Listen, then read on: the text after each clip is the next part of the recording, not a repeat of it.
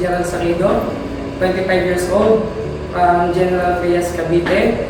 Ako po ay isang alumni ng Bachelor of Science in Hospitality Management, batch 2023. And currently po, ako po ay nagtatrabaho sa Buffet 101, Alabang Town Center as Assistant Western Group.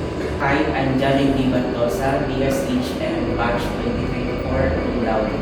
And currently, I work as outlet in Dublin. Ng isang course or pag-aaral na kung saan maiaalay ko yung kagustuhan ko at yung field na tatahakin ko. That's why pinili ko yung Bachelor of Science in Hospitality Management. When I start to enroll in this program, BSHM, it gives me a passion talaga na magbigay ng service sa customer or sa mga guests because it gives me a fulfillment para sa akin na nakapagbibigay ako ng satisfaction sa kanila.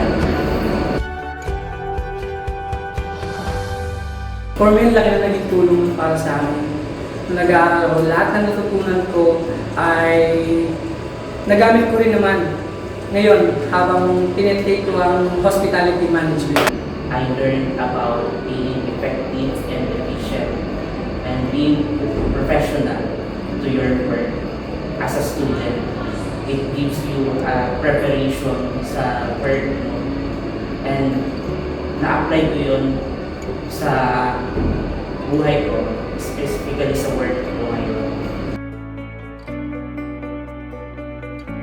I would say the food and beverage management. Nakatulong talaga yung mga activities namin and then yung mga ginagawa naming practices about sa pag-aaral namin and then yung useful talaga yun habang ngayon nagtatrabaho ako sa field tinatao.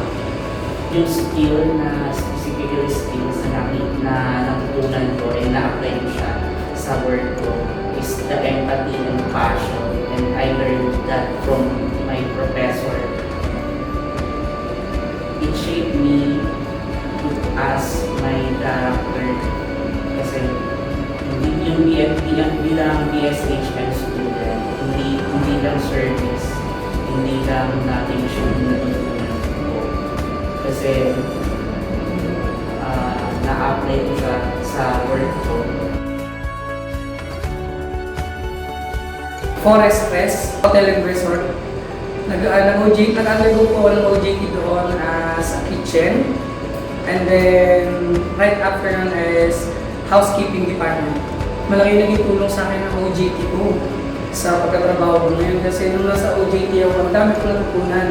Ang dami ko natutunan na na-apply ko ngayon sa trabaho ko na mas naging pakinabang sa akin yung mga naging trainings ko. Apply as a OJT sa Manila, specifically sa housekeeping. It gives me a lot na makapagbigay ng magandang servisyo sa mga guests. May advice sa mga estudyante ngayon is hanapin nila kung saan talaga sila magaling, ano talaga yung gusto nila, doon sila mag-focus. Like for example, kaya mo mag-managerial, then go ahead, mag-managerial ka. Kung gusto mo mag-kitchen, go ahead, mag-chef ka. Kung magaling ka sa pag-FO, then go ahead, mag-apply ka sa isang hotel, mag-FO ka. Kung ano yung sinusunod mo, kung ano yung gusto mo, anong puso mo, yun ang sundin mo. Para sa akin, ang advice ko sa kanila, maging passionate sila sa buhay na tatahakin nila. Hindi lang yung mag-enroll lang sila na kailangan may passion sila na ito yung gagawin nila habang buhay. Kasi masaya kasi na nagkakaroon ka ng passion sa buhay. Lalagyan sa'yo na mapunta sa future na tinatahak.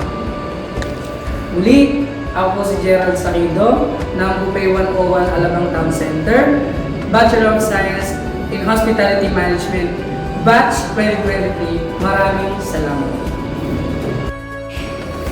Muli, I'm Daniel B. Bantosa, BSHM batch 2024, and I'm very happy and proud to be a product of Cavite State University.